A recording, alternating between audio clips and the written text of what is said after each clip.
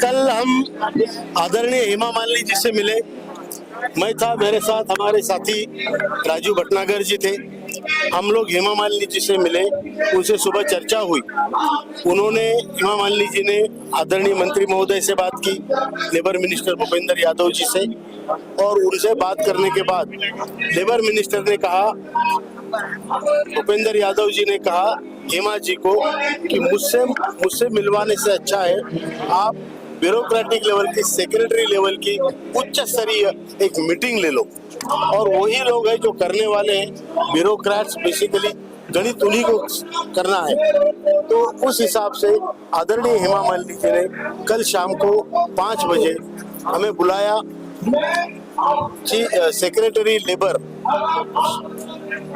सुश्री आरती आहूजा के ऑफिस में। तो वहां पर हम थे, हेमा मालिनी जी खुद स्वयं वहां पे थी, उसके साथ chief secretary labour Aarti Ahuja ji थी, joint secretary labour Vibha Bhalla ji थी, उसके बाद additional CPFC chief provident fund commissioner जो अनिकेत मिश्रा जी थे, और पेंशन की जो इंचार्ज हेडक्वार्टर पेंशन में है सीपीएफसी के ऑफिस में, वो आदरणीय अनुराधा अपराजिता जग्गी जी थी। तो वहां पर ये निश्चित बहुत सारी चर्चाएं हुई, मैं ज्यादा डिटेल में नहीं जाऊंगा।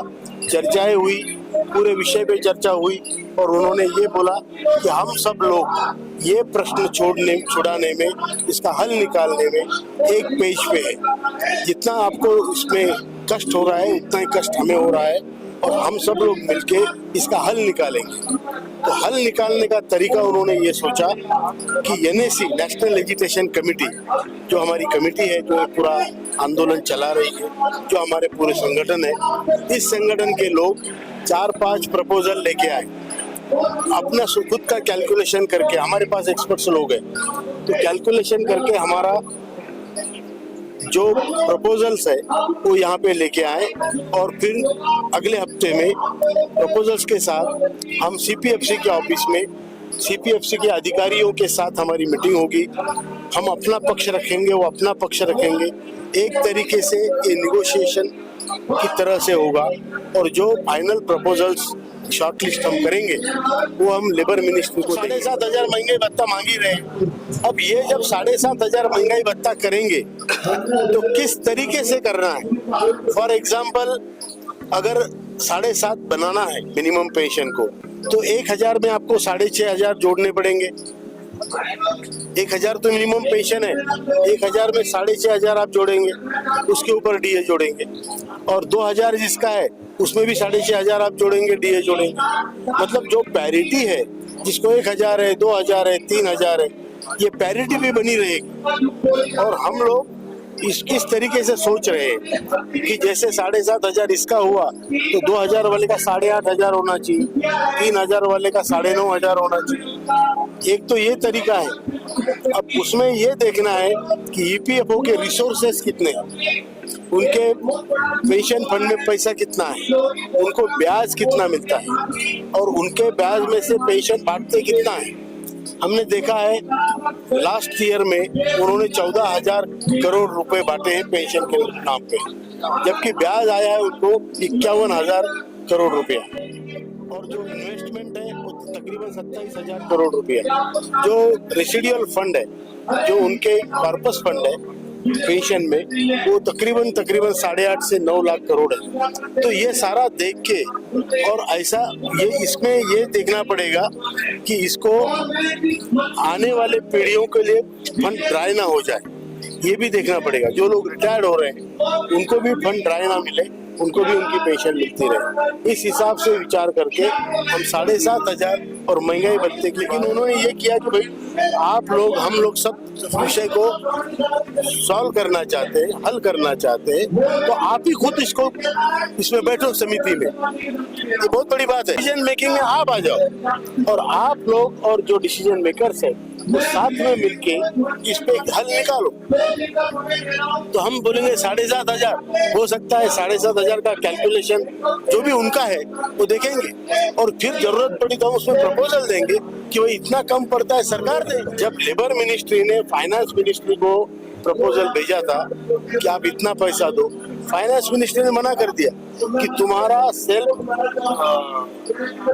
सेल्फ रेगुलेटेड फंड है, ट्रस्ट है, तो आप अपने पैसों से दो, हमें क्यों मांग रहे हो? अच्छा, लेकिन हम है कि जो आंदोलन कर रहे हैं, हम इस फंड से भी ले सकते हैं। हम राज्य सरकारें मानती है या उसका कुछ केंद्र राज्य में होता है तो अच्छी बात है। हम तो क्या चाहते हैं, हम चाहते हैं 7,500 महंगाई कर, कैसे भी जो मिले। हाँ, जैसे पैसा पैसा है वो आपके मतलब मंत्रालय के, अब श्रम मंत्री के मंत्रालय से आए या फाइनेंस मिनिस्टर से आए, हम चाहते हैं हमारे लोगों के चेहरे पे क्यों चुकेगी? लीडरशिप तब चुकती है जब उसके मन में खोट और स्वार्थ होता है। यहाँ हमें क्या लेना है? मुझे भरपूर पेंशन है, डोंट वरी, तो मुझे कुछ उनसे लेना नहीं है। मैं ये बता रहा हूँ कि हमारी जो समिति के 2-4 लोग होंगे वो हम वहाँ जाएंगे, वहां पर हम कैलकुलेशन में उनका साथ देंगे, हिस्सा देंगे, एक्सपर्ट से भी पूछेंगे और फाइनली हम एक नहीं 2-3-4 प्रपोजल देंगे कि भैया इतना नहीं हो सकता तो इतना करो, इतना नहीं, जो भी होता है तो वो क्या वहां पे होगा मुझे प्रोसेस नहीं है। इसका ये फंड से क्या करना है, अच्छा, ये अधिकार श्रम मंत्री को है। अच्छा, अच्छा। श्रम मंत्री को अधिकार केवल श्रम मंत्री है इस नाते नहीं है, वो सीबीटी के चेयरमैन है, जो सेंट्रल बोर्ड ऑफ ट्रस्टीज है, जो ये पूरा फंड संभालती है, उसमें 43 मेंबर्स होते हैं, उसके चेयरमैन श्रम मंत्री होते हैं और जिसका सेक्रेटरी सीपीएफसी होता है।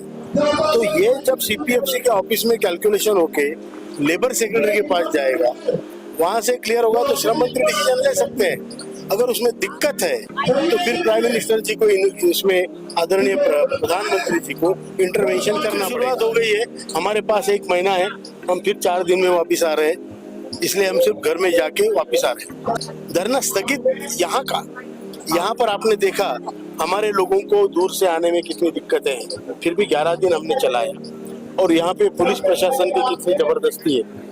मैं नहीं चाहता हमारे बूढ़े लोग, वृद्ध लोग यहाँ पे सफर करें, तो मैंने ये निश्चय किया है, डिसीजन लिया है, लोगों से पूछ के लिया है और ये डिसीजन लिया है कि अभी हम ये आंदोलन फिलहाल दिल्ली का स्थगित करेंगे, लेकिन जहाँ जहाँ हम रहते हैं जो जिलों में आंदोलन की कोशिश है, जो हमको देखिए, सेक्रेटरी सबसे उच्च स्तरीय लेवल होती है ब्यूरोक्रेसी, सेक्रेटरी लेवल पे आपको बुला के और हेमा मालिनी जी जैसी जो विश्व में प्रसिद्ध है, भरोसेमंद है, हमारी मेंटर है, उनके सामने मीटिंग में अगर ये बोला गया कि भैया तुम डिसीजन मेकिंग में हिस्सा लो, तुम लोग आओ और हमारे साथ बैठो और तुम खुद कैलकुलेशन देखो और यहाँ कितना हो सकता है तुम खुद देखो, तो ये जब हुआ है तो it is a good thing. बोला हम सब लोग चाहते हैं ये हो जाए, कौन नहीं चाहेगा होना, अच्छा काम कौन नहीं करना चाहता है?